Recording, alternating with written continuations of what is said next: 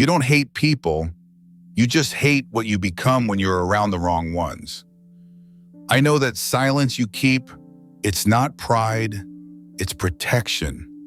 You've been burned enough to know peace costs less than pretending.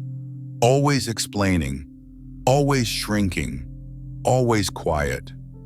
So you learn to stay quiet, to build quietly, to heal where no one claps. But that silence you fear, it's not loneliness, it's clarity. It's the moment a man finally stops begging to be understood and starts understanding himself. The Stoics called it freedom, the kind that begins when you need nothing but your own approval. In the next moments, we'll rebuild that strength. Not colder, but sharper.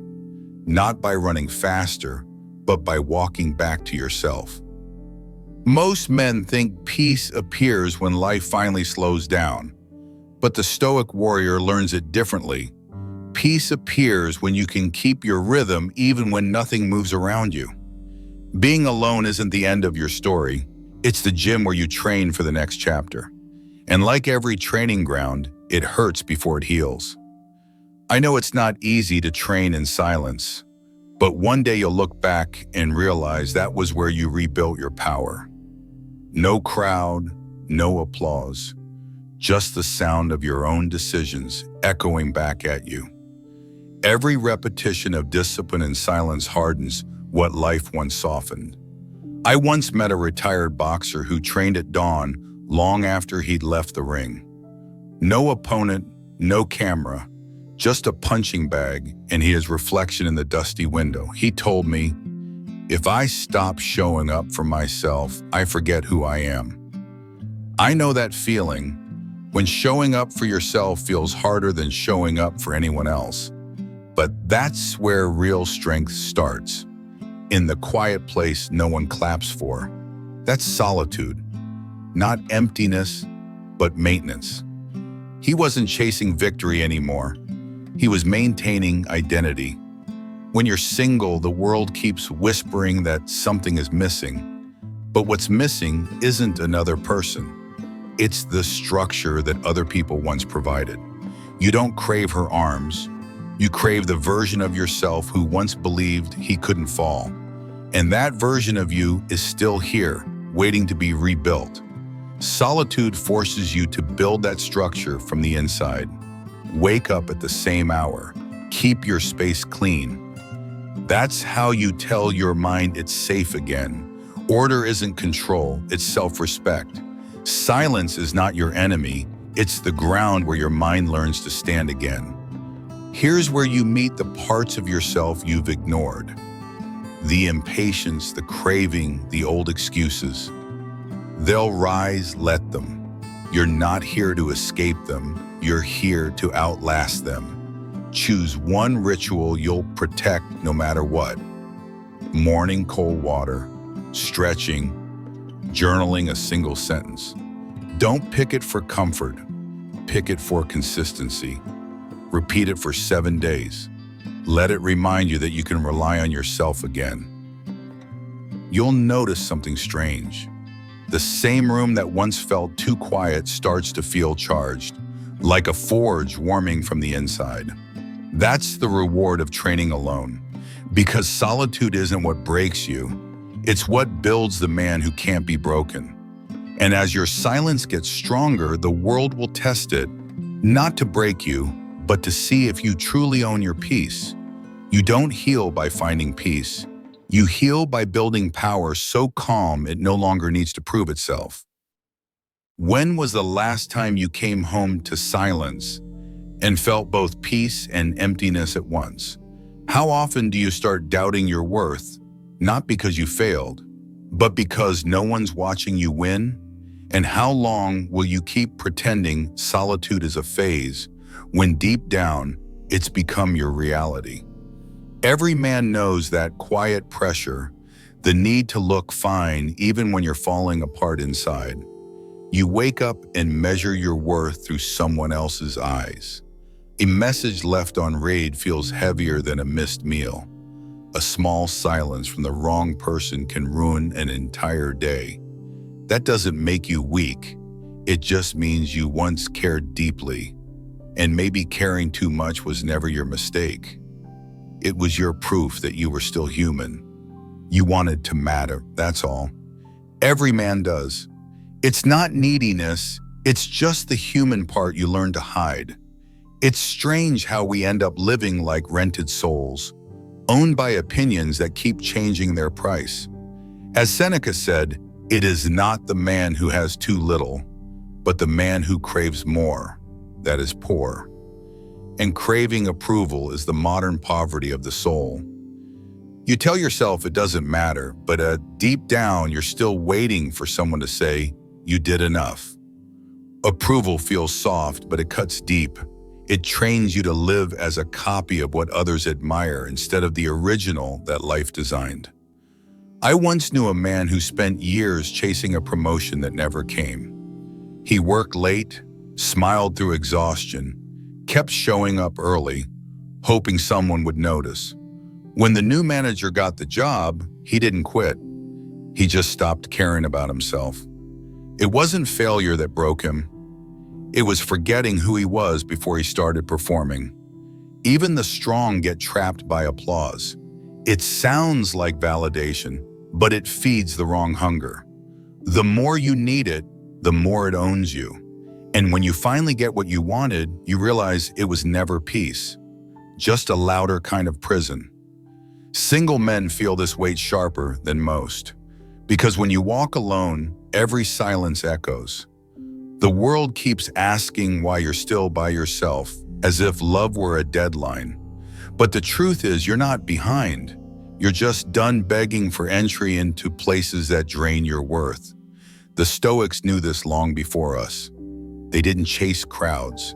They chased clarity. They built lives that didn't crumble when others turned away. That's what approval steals. Your quiet certainty. You don't need to become colder. You just need to stop outsourcing your peace. You win the moment you no longer wait for permission to be yourself, and you start to feel something rare, strength without witnesses. Whose opinion are you still carrying today? And what would change if you set it down?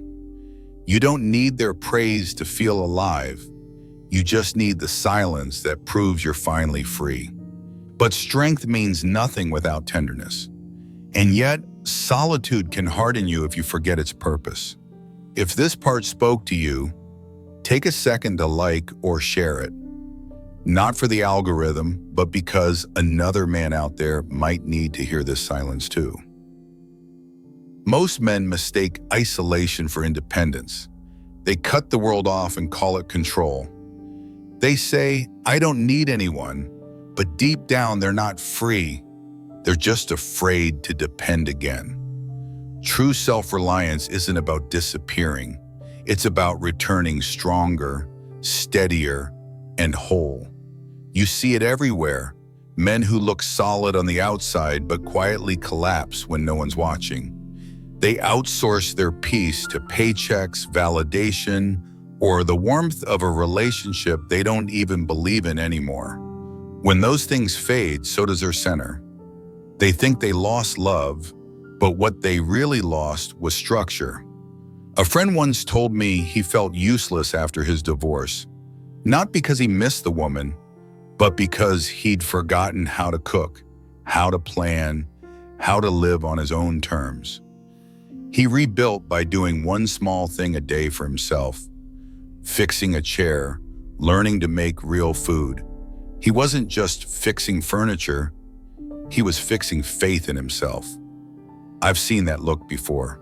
The quiet kind of hope that shows up when you finally stop waiting to be rescued. That's what self-reliance sounds like.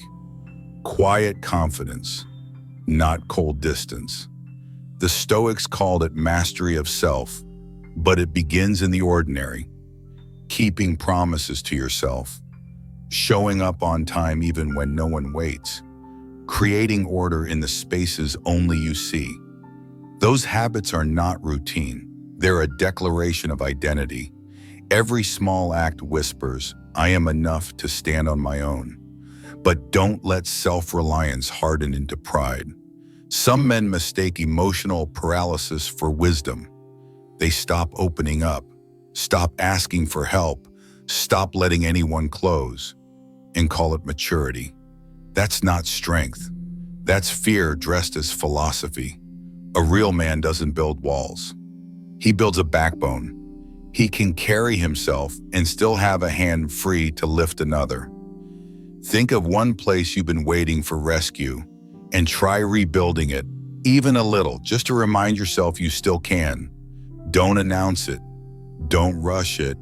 Do it quietly until the effort itself becomes your peace. And when you finally stand steady again, don't turn colder, turn clearer. Let people in, but never from need. Love again, but from choice. That's the balance the world forgot. To be solid without becoming stone. Most men chase strength in others before they ever learn to build it in silence. You don't have to be hard to be strong. You just have to trust that your own two hands can rebuild what life once broke. I remember hearing Jim Rohn talk about the winter seasons of life. He said, "The same winter comes for everyone. Some curse it, others learn to plant." When he was 25, he was broke, directionless, and tired of hearing his own excuses. His mentor told him, "If you want life to change, you must change." That line rewired him. He stopped blaming the weather and started building character. Because failure doesn't break you. It introduces you to the parts of yourself that still need discipline. Most men treat failure like a scar they hide. They bury it under new goals, new faces, new distractions, hoping it'll stop echoing. But every failure you avoid facing becomes a teacher you never meet. And the lesson keeps repeating until you finally sit down and listen. Most people collect achievements but never collect lessons. They want the applause but skip the debrief. They never pause long enough to ask, what part of this pain was my tuition? If you study your losses the way you study success, life starts paying you back in clarity. I once met a business owner who lost everything after trusting the wrong partner. He told me, "I didn't lose my company. I lost my laziness about checking the details." Sometimes failure isn't trying to hurt you. It's just life's way of teaching you where you stopped being honest with yourself.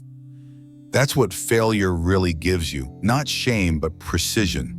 It strips away the noise until only truth remains. After your next setback, don't escape it. Sit with a pen and write 3 lines. What was in your control, what wasn't, and what you'll do different next time. That's not journaling, that's sharpening. You'll start noticing that your regrets contain the exact blueprints for your next rebuild. If you're still carrying something heavy, don't escape it tonight. Write it down, not to fix it, but to see it. The Stoics never glorified pain. They refined it. They saw every defeat as an unpaid mentor. And once you learn to read failure like that, you stop running from it. You even start thanking it. Because failure isn't a verdict. It's feedback. It's the voice of life saying you're capable of more. And sometimes the only way to rise again is to learn how to bow to the lesson first.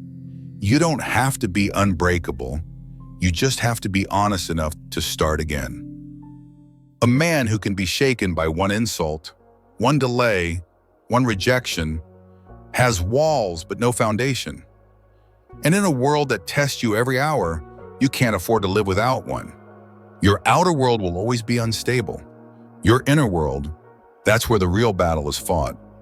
I once heard Jordan Peterson, a psychologist known for teaching men how to rebuild their lives through order and responsibility, say, "Set your house in perfect order before you criticize the world."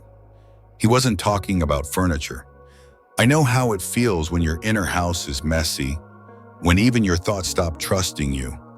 He meant the invisible house, your principles, your boundaries, your behavior when no one's looking.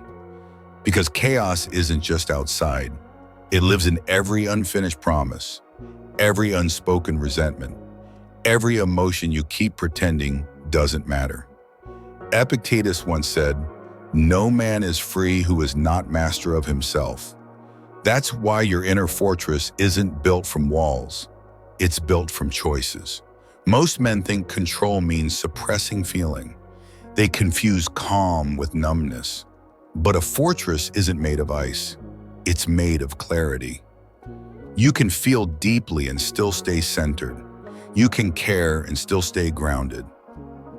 That's real strength, not the absence of emotion, but the command of it. Peterson also said, "You cannot be a good man if you are a weak man." Strength isn't cruelty, it's restraint. It's having the power to destroy, but choosing to build. To face conflict without losing compassion. To speak truth without losing peace. When you start building your inner fortress, you stop reacting to every hit. Someone questions you. You stay calm. A plan fails. You rebuild. A person leaves. You remain whole. Because your center no longer lives in them. It lives in you. Think about 3 values you'll protect no matter what. Honesty, respect, discipline, faith, whatever keeps you clean inside. Keep them where you can see them. Every time the world tests you, return to those words. That's how you lay the bricks of your fortress. Not through pride, but through principle. And one day when chaos comes again, and it will, you'll notice something new. You won't need to shout, explain, or defend.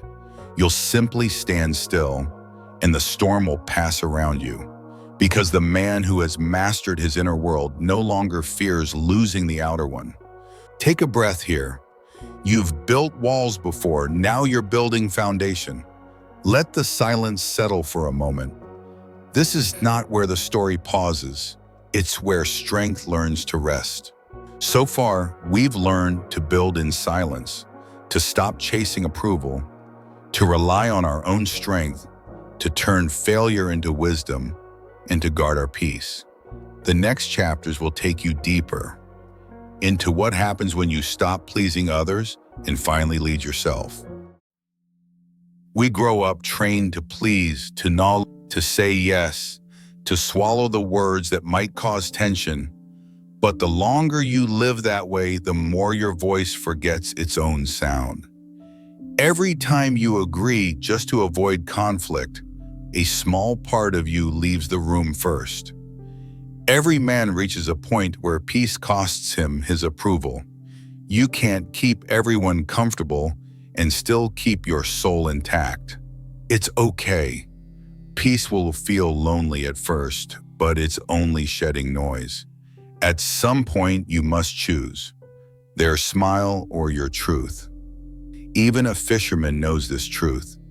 If he casts his net for everything, he catches nothing worth keeping. The same rule applies to a man. If you say yes to every request, your life fills with noise but empties of meaning. Real strength isn't in catching more, it's in choosing what's worth your time. It's not cruel to draw lines, it's mature, it's not arrogance, it's alignment.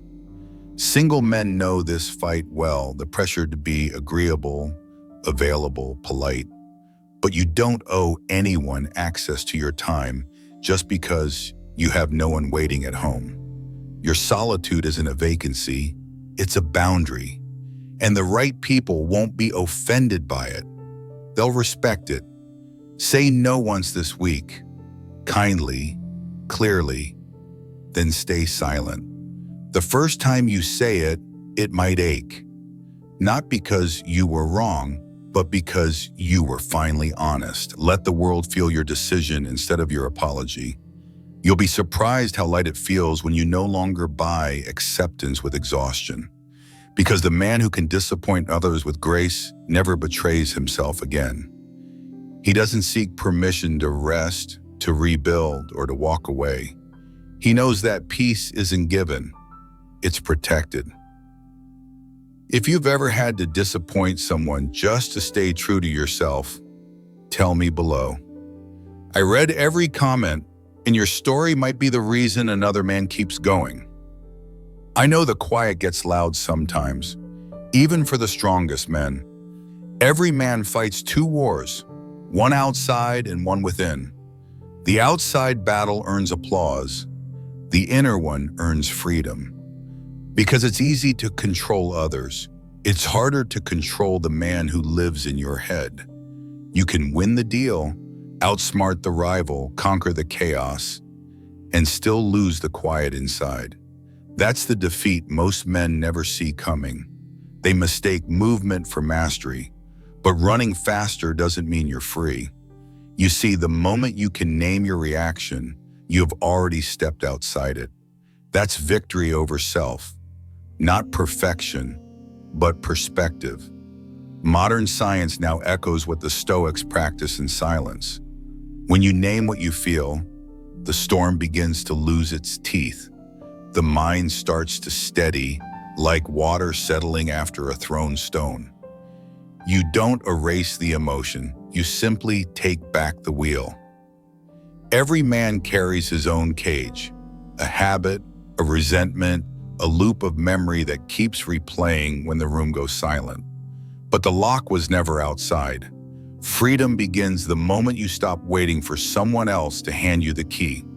It's strange how peace feels harder to hold when there's no one left to blame but yourself. You built the door. You can open it.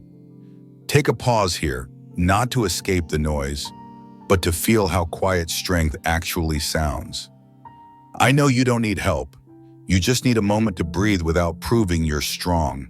And if you live alone, you know this war better than anyone, because solitude gives you nowhere to hide. You meet the builder, the critic, the boy who still aches for approval, and the man who's tired of chasing it. Loneliness isn't punishment. It's the mirror that shows you who's still steering your life. Some days emotion wins, some days reason does. But the strength isn't in never falling. It's in returning to the fight with gentleness instead of shame. Victory over self isn't about silence. It's about steadiness. It's when emotion still speaks, but you choose which voice becomes command. What emotion do you fight most? Anger, guilt, or fear? That's the moment you stop trying to control everything, because you finally learn to lead yourself. Some mornings, you wake up ready to build the world. Other mornings, even lifting the blanket feels like a negotiation. That's the difference between emotion and discipline. One waits for permission, the other simply begins. Single men understand this better than most. When you live alone, no one's coming to pull you out of bed to tell you you're doing fine. The only applause you'll ever hear is the sound of your own persistence. That's where a man's real worth is forged, in the days no one sees. Discipline doesn't shout, it whispers, do it anyway. It's the quiet friend who shows up when motivation disappears. The man who depends on feelings will live like weather, warm one day, cold the next. But the man who builds systems outlasts every season. There was a night guard who worked the same empty parking lot for years. He said, "At first I hated the silence. Then I realized it was training me." He used that time to study, to write, to rebuild. No audience, no praise, no rush. He said, "Every hour I showed up became proof that I still believed in myself." That's discipline. Showing up not because it feels good, but because it's who you are. If you've ever built yourself back from nothing, you already know. Discipline is love in action. Emotion wants reward now. Discipline waits. Emotion wants comfort. Discipline wants clarity. Emotion flares and fades. Discipline endures. The more you obey emotion, the smaller your world becomes. The more you serve discipline, the freer you feel inside it. Because discipline isn't punishment, it's direction. You're not broken for needing rest. You're just learning to move without applause. It's not about fighting yourself. It's about freeing yourself from the rule of impulses. And every time you choose it over emotion, you remind the world and yourself that your power has never been in how you feel, but in what you do. You can't build peace on a foundation of guilt. The cracks always show. Have you ever felt guilty about a mistake from your past? The kind that visits you at quiet hours, not to punish, but to remind you of what you lost? Every man has that one memory he wishes he could rewrite. You try to bury it under work, noise, achievement, but it finds its way back in silence. Tom, a manager of his own company, kept every failed report in a drawer. He said it kept him sharp. Years later, he opened it. The papers had rotted. That's when he realized he hadn't been keeping lessons. He'd been keeping guilt. That's what we do with regret. We mistake punishment for memory. But strength isn't what you keep holding. It's what you finally set down. If you're single, you probably know this in your bones. You carry old echoes of love you couldn't be, or words you wish you'd said sooner. You say you've moved on, but certain songs still pull you back. Don't fight those moments. They're reminders you still have a heart. That's not weakness. It's proof you still feel deeply. Healing doesn't mean forgetting. It means feeling without drowning. And if you live alone, silence can turn into a mirror that won't blink. Some nights reflection feels like punishment, but it isn't. It's the room where forgiveness finally makes sense. Not the kind you beg from others, but the kind you offer to yourself. So try this. Write down one thing you still carry guilt for. Don't explain it. Don't justify it. Just see it. Then tear it or burn it. Let the ashes remind you that release can be quiet too. Whisper to yourself, it's not gone. It's just no longer mine to carry. Would you dare burn it tonight? Because peace isn't the absence of scars. It's the wisdom to stop reopening them. The man who learns to put down what's dead doesn't lose. He simply travels lighter toward what's still alive. By now you've aced silence, discipline, and truth. But this last climb is different. I know you're tired of proving you're okay. Tired of explaining why you choose peace over people who don't understand it. And maybe you're not lonely, just done pretending that noise feels like connection. Every man eventually reaches this quiet, the one that doesn't hurt anymore. It's not empty, it's clean. The world sees you walking alone and thinks you've lost something. But solitude isn't loss. It's the space where a man finally becomes whole. You've carried yourself through every collapse, every ending that no one clapped for. You've rebuilt in silence when no one believed you could. And though no one saw it, that was your real rise. Because men like you don't need a crowd to validate your comeback. You only need a mirror that doesn't flinch. I've been there too, divorced, broken, walking through mornings that felt like ruins. But one day I realized I wasn't escaping anymore. I was returning home to myself. That's what solitude does. It turns loss into direction. If you're single, this chapter is yours. Not because you're without someone, but because you finally stopped abandoning yourself. If you live alone, this piece is your witness. It sees the discipline, the effort, the quiet victories no one else notices. You've already proven enough. Now it's time to live from that proof, not for it. Like a flower growing from a cliff's edge, you don't need perfect soil to bloom. Just the courage to stay where life tried to break you. Marcus Aurelius wrote, "The soul becomes dyed with the color of its thoughts." And maybe this peace you're feeling now is just your soul choosing new colors. Because strength was never about the ground beneath you, but the will that refused to fall. And if tonight you feel a little unseen, remember, silence has been watching you rebuild all along. The man who can stand alone doesn't fear losing anything. He's already met himself and found enough there to stay. Walk alone, rise alone, win alone. Not against the world, but in peace with it. If you've walked through these 10 chapters with me, subscribe not for more videos, but for reminders. Because one day when the world gets loud again, you'll need a voice that brings you back to stillness. The man who walks alone isn't avoiding the world. He's mastering it from within. If you made it here, thank you. Not just for watching, but for staying. Because staying is the hardest thing a man can do. Staying with his thoughts, his silence, his truth.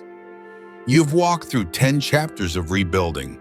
You've faced yourself, forgiven yourself, and met the part of you that doesn't need saving anymore. That's what this journey was never about becoming someone new. It was about remembering the man you already are. And if tonight the world still feels heavy, know this. You're not behind. You're just walking a path most people are too afraid to take. The one that leads inward, the one that ends in peace. So keep walking, not to escape life, but to live it on your own terms. Because the man who learns to stand alone never truly stands alone again. He stands with truth, with stillness, with himself. Thank you for walking this path with me. This is Move or Die Stoic.